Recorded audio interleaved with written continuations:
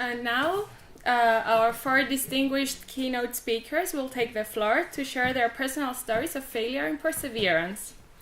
We welcome our first speaker, all the way from Germany, Professor Mark Turrell. Mark is a strategist, author, and entrepreneur. His work combines collective intelligence with networks, complex systems, behavioral science, and neuroscience. And if you didn't understand any of it, don't worry, neither have I.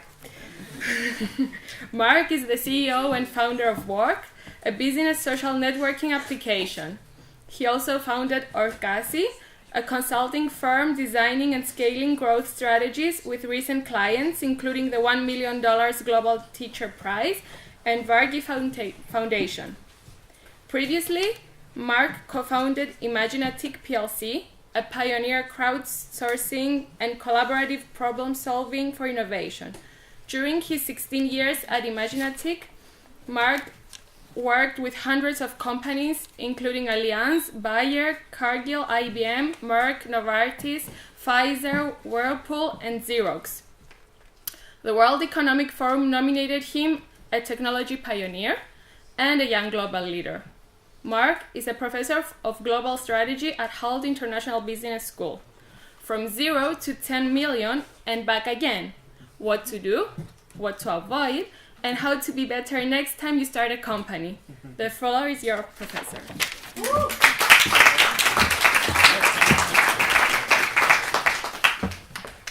Good evening, everybody. Hello. Somebody do the thingy thing. I'll do it. So, I have a 25-year plan to change the entire world for better. All of it at the same time, ideally without anybody knowing that it's me. And I'm in year 9 of my 25-year plan. Mark? Very good. However this thing works. This is some context that will allow you to help sort of understand this story. And I think it is very important to have goals. Some of you will be very short-term with your goals. Some of you will have stupid goals. At this point, some of you may be thinking that I have stupid goals with my thing as well. That's also going to be fine. You'll be wrong, but that's okay. But I wanted to tell you about a particular story. A failure story, and this story goes from 0 to 10 million euros and back to 0 again. So let's just go back. So I am 46 years old, unbelievably, not quite sure how that happened. And so I used my first computer when I was 7 years old. This is a Commodore PET. They used to have a cassette recorder. You used to write your programs and it would be saved on a cassette. How many of you even know what a cassette is? Okay, at least a few. But I'm pretty sure that very few of you would have used a cassette to actually record data. Our mobile phones have got more information than would have existed on the Saturn space rocket, but right now you used to write programs in around 20K. So I started off writing computer games on this thing when I was a 7-year-old kid. I then went to university. Now I was a terrible student. Terrible student. What I mean by saying that I was a terrible student was that I would do, so at the beginning of my business school, the dean of the school gave a speech, a motivational speech. And he said, well, there are students that are hardworking and students that are smart. In the British system, you get like a first-class degree, an upper second, a lower second. And he said, look, you can be smart and not very hardworking and get a 2-1. You can be hardworking and not very smart and get a 2-1. But only those special students are smart and hardworking and will get a first. I remember thinking that as an 18-year-old kid, thinking, I would hate to find out I'm not that smart. So I decided to pretty much cruise through and kind of do almost nothing. But I would understand how systems work, I understand how marking schemes work, I understood how projects work, and it meant that I actually just missed out getting a first by 0.5%. Very, very close, but I didn't care because it was never my goal. What I did in my second year was that, almost fell through the stage, what I did in my second year is that I played Tetris almost non-stop for about a year. Tetris, I would start on level 9, basically get a 32,000, go all the way down to minus 64,000, back again. So I just like playing computer stuff. So that's but I was not very good at programming things. Now, move forward a little bit.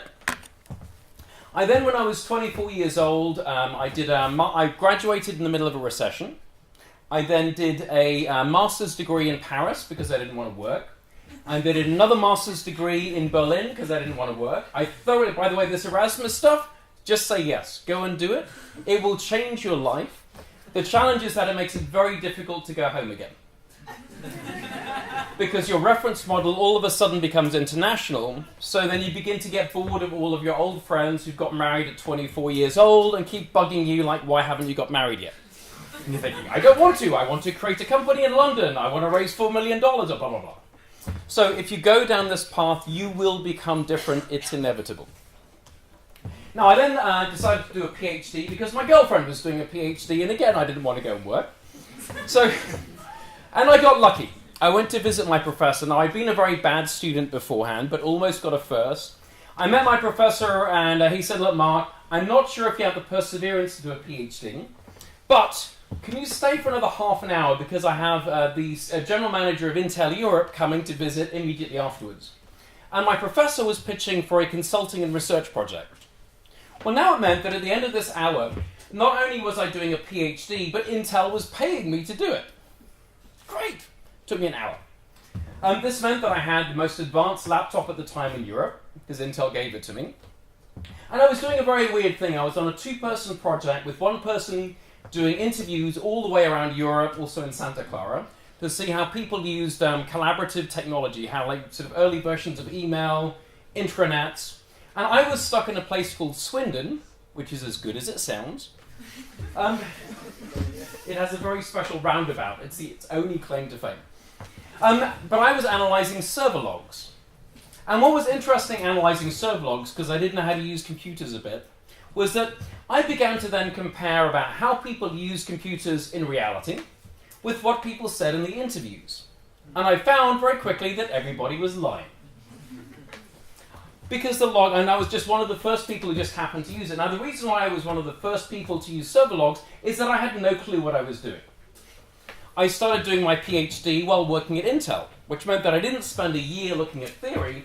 I was looking at data within 2 hours of starting. But it meant that I always began to think differently. Well, I ended up creating a company called Imaginatic. My PhD thesis was that there are certain technologies that you can apply imagination to, and you can use them in many different ways. So Imaginatic was imagination applied to technology. And I invented some software that was, as I described to my mother, suggestion boxes. So do you have an idea of making the bank a little bit more money? Put your idea in. And then somebody would then look to see, is it a good idea? And if yes, you might get some book tokens. Well, that sounds like suggestion boxes. I was one of the first people to put it on the internet. I'm deliberately describing it as being a small thing, but it turns out the ideas generated from the suggestion box that we had added $600 million of either new revenue or cost reductions for our first clients within the first 4 years. Big ideas. Like saving 5% out of the manufacturing cost of a wind turbine. Big ideas. So this was fantastic. I got the company up to about $7 million in revenue.